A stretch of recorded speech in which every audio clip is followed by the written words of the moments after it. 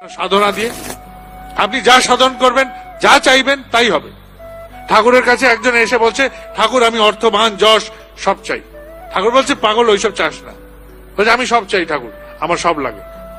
বারবার নাকারাত্মক করার পরে ঠাকুর বলছেন, যা দেখা তোর কি আছে। বিপুল অর্থ সঞ্চয় হলো, তার যশ হলো, মান হলো। এই বিপুল সমুদ্রে সে ঠাকুর বিস্তৃত হয়েছে। বহু বছর কেটে গেছে, প্রায় 30, 40, 50 বছর কেটে গেল।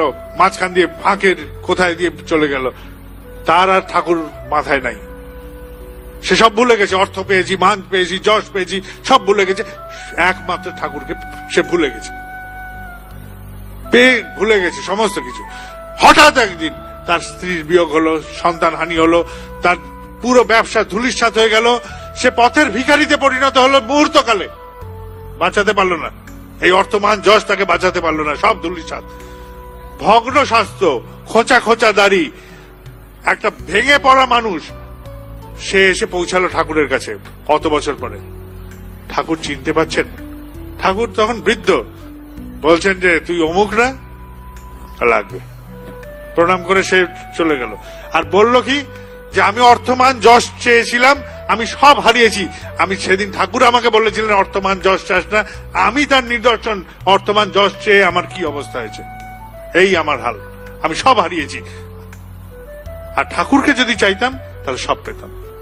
রাজার ইচ্ছা হয়েছে যে তিনি কল্পতরু হবেন, যা যে চাবে তাকে তাই দিয়ে দেবেন, ভরিয়ে দেবেন তাকে।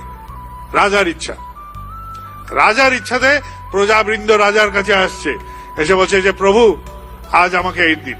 অমুক এসে বলছে এই দিন, তমুক এসে সেই দিন। তার প্রধান সেবক সে আর কিছু চায় না, সে কিছু চায় না। আমি এই একটা উৎসবে গেছিলাম, একটি মা এই কথাটা বলছিলেন, গল্পটা ভালো লাগলো আমার, আমি বলছি। তো সে কিছুই চায় না, কিছুই চায় না। তার রাজার কাছে তার কিছু চাওয়ার নেই। রাজা বলছে, তুই চাচ্ছিস না? বলে, আমার কিছু চাওয়ার নেই। তো রানীমা বলছে, সবাই তোমার কাছে চাইছে, ও চাইছে না, ওকে কিছু দাও।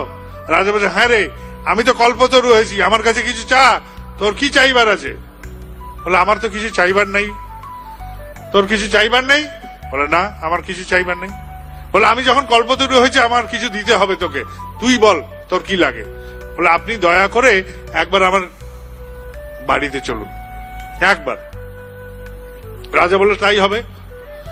মন্ত্রীকে ডেকে বললেন যে, হ্যাঁ মন্ত্রী, দেখো ওর বাড়িতে আমি কথা দিয়েছি যে যাব, ব্যবস্থা করো। মন্ত্রী বলল, রাজা মশাই যাবেন কি? ওর রাস্তাঘাট নাই। বলে, রাস্তা বানিয়ে দে। রাস্তা তৈরি হয়ে গেল। বলে যে, ওর বাড়িতে যে যাবেন, বাড়িতে তো বাড়ি ভাঙা, ছাদ বলেও কিছু নাই। বলে, বাড়ি বানিয়ে দে। বাড়ি বানিয়ে দিল। তখন মন্ত্রী বলল যে, রাজা মশাই আপনি যে ওর সাথে ওর বাড়িতে যাবেন, রানীমাও তো যাবেন, তা তাকে আপ্যায়ন যে করবে তার তো ঘরণই নাই, বিয়েই তো করেনি। বলে, ওর বিয়ে দিয়ে দে। চেলো এক রাজাকে, পেয়ে গেল সব। তাহলে ঠাকুরকে যদি চাই সব পেয়ে যাব, এটাই হচ্ছে আসল। চায়ের কাপে একজন নিয়ে এগোচ্ছে দোকানের দিকে, এই গল্প আমি বহুবার বলেছি। তার কাজ কি? সে সবসময় ফাউ নেবে, যেখানে জাজ কেনে তার সাথে একটা করে ফাউ লাগে। তেল নিতে গেছে চায়ের কাপ নিয়ে, ফাউ দেবেন না। তেল নেওয়ার পরে সে বলে ফেলেছে, তার বলছে, ফাউ দেবো কোথায়? বলে, চায়ের কাপটা উল্টে বলছে, এই পেছন দিকে দিন। চায়ের কাপের পেছন দিকে যে ছোট্ট গর্তটা, তার মধ্যে ফাউটা নিয়েছে।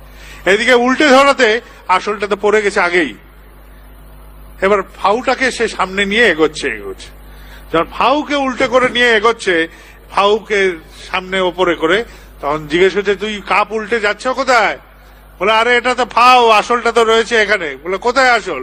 এবার উল্টালো যেই, এবার ফাউও পড়লো শেষে। তো ঠাকুর ছেড়ে অন্য কিছু যদি চাই, আসলে যাবে, ফাউও যাবে, কিছুই থাকবে না, সব যাবে। আমি এই জগতে একটি বাচ্চা ছেলে, 50 বছর পার হয়ে গেছে, তাও বাচ্চা ছেলে। আমি নিজের চোখে দেখেছি যা, যে ঠাকুর ছেড়ে যাই যাবো সব রসাতলা। আমাদের চলা বলা করা সবটা হচ্ছে ঠাকুর কেন্দ্রিক হওয়া উচিত। আমাদের কোনো কিছু প্রত্যাশা নেই। আমি ভালো থাকি, আমার ঠাকুরকে নিয়ে আমি ভালো থাকতে চাই।